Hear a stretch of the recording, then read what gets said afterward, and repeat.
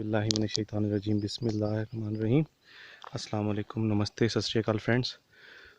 आज मैं जो वीडियो आप लोगों के लिए बना रहा हूँ उसका मकसद ये है कि आप लोगों को मैं ये बताऊँ कि ये जो वीड्स हैं, ये आप देख रहे होंगे, कूंदर है, इसी तरीके से ये नड़की है, ये फ़ायदेमंद है या नुकसानदेह। एक वीडियो पहले मैंने बनाई थी कि क्या ये इसको कोई मछली खाती है या नहीं खाती।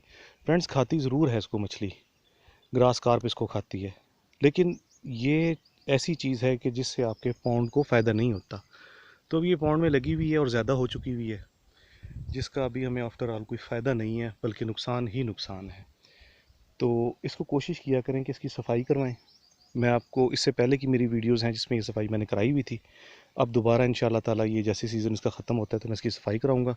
तो ये सफाई कराना ज़्यादा बेहतर है बजाय इसके कि ये गंद लगा रहे। फ़ायदे भी हैं, नुकसान भी हैं। फ़ायदा इसका ये है कि जो मछली या जो बच्चे आप पहले छोड़ते हैं इसके अंदर, वो इनके अंदर जाके छुप जाती है और वो बच जाती है शिकारियों से। नुकसान ये है कि इसमें शिकारी भी छुपे रहते हैं और उसके अलावा ये वैसे आपके पानी को कम करती रहती है। Thank you.